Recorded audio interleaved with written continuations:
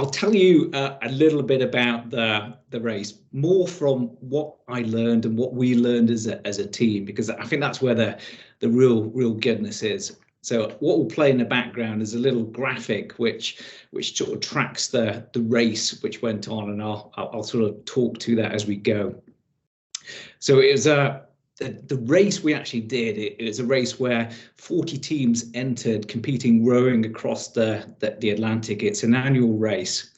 If I was to describe the experience, without a doubt, the hardest but bestest experience of my life. And I compare that and contrast it with operations with the Royal Air Force in Iraq and Afghanistan. I've never been pushed so much, just a relentlessness.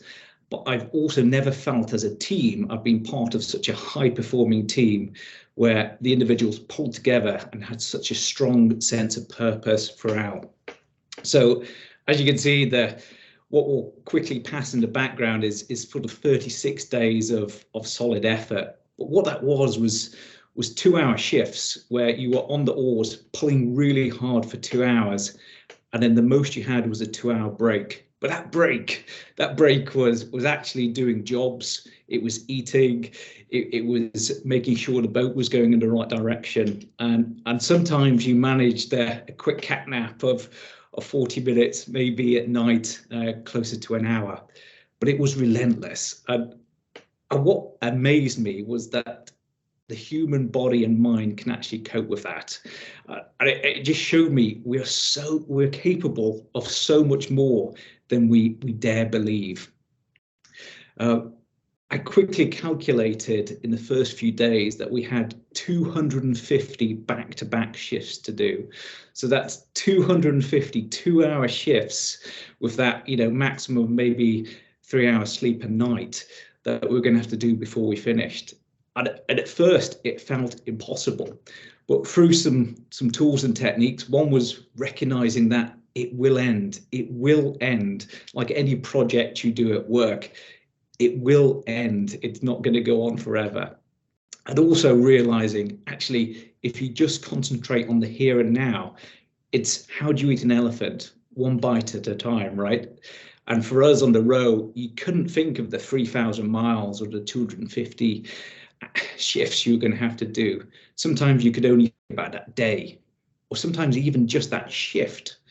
Or maybe when it was really bad in the middle of the night, you could only think about the 10 minutes you had to keep going to get to the next water break. And that's such a good lesson for life, that sometimes you're overwhelmed with the project which you've set yourself.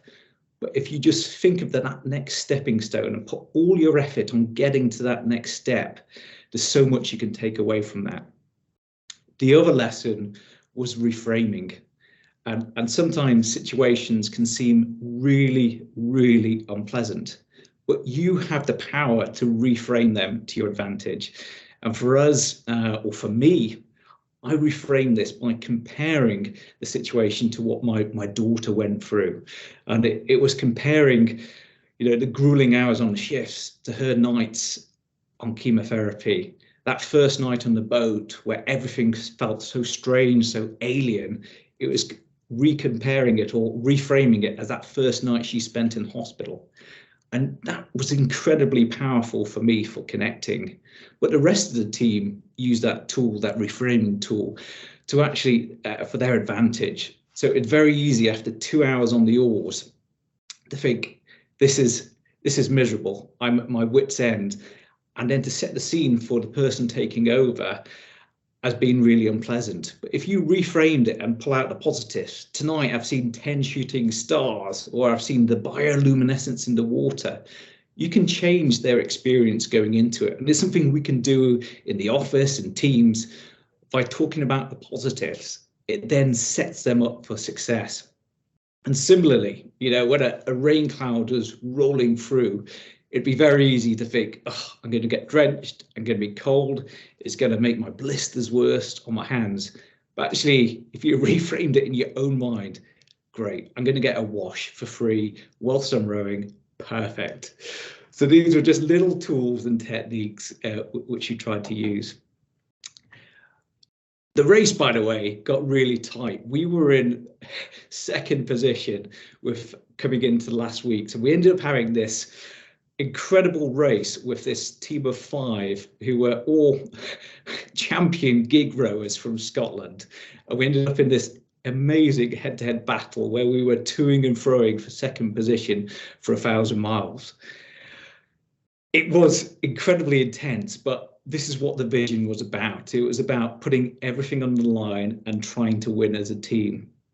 And we learned so much, especially in that last week, about trust and vulnerability.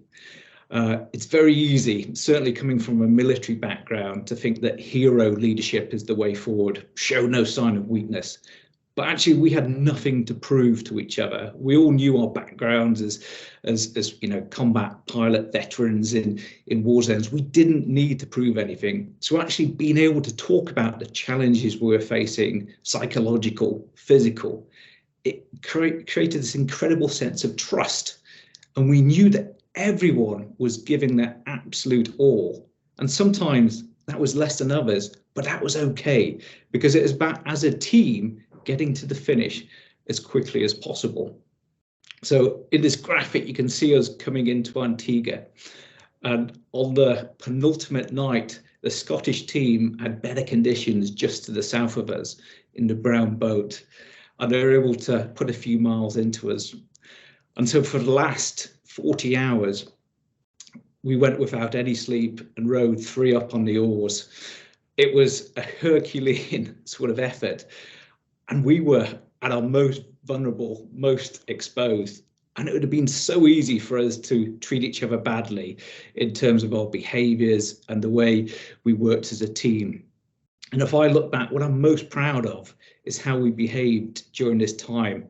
And it was about walking away with being really proud of how we interacted as a team, how we all performed to the best of our ability, and how we treated each other as individuals. And yes, we managed to squeak home in second, and it was incredible relief, but wow, did we learn a lot. So I'll just say a couple of things about the journey. It was really special, and as I talk about this, I talk about the whole campaign. This is from, I guess, Isla's diagnosis in 2014 to us as a family and a team being in Antigua, Isla being 5 years now clear of cancer and cured. It was an incredibly powerful experience, and I learned so much from it. I think as an individual, I was absolutely irreversibly changed. I had a pretty nasty ginger beard. No offense to anyone who has ginger hair, but it turns out that I couldn't grow a particularly impressive beard on the journey. But I learned so much. And my reflections are, I wasn't just proud of getting across safely. That was hugely important. The actual result, kind of inconsequential. You know, the goal was great. The fact that we did set the fastest team for any military team to row an ocean, that was great. But what I'm most proud of is what we achieved as a team. Back to that very first slide, which the bonds which we'd formed as a team, the fact that we'd developed this incredible trust and vulnerability, that purpose and vision which we shared. And the most important thing is we got behind this as a campaign. We all believed in it. We had this shared vision, which is about changing lives of desperately ill children. And that is what I'd say is the most powerful thing which fell out of the entire journey. So there's a lot there. There's a story. It's probably a bit of an emotional roller coaster. What I'll do now is unpack some of those lessons, those bubbles, those buckets, which you can see in the graphic.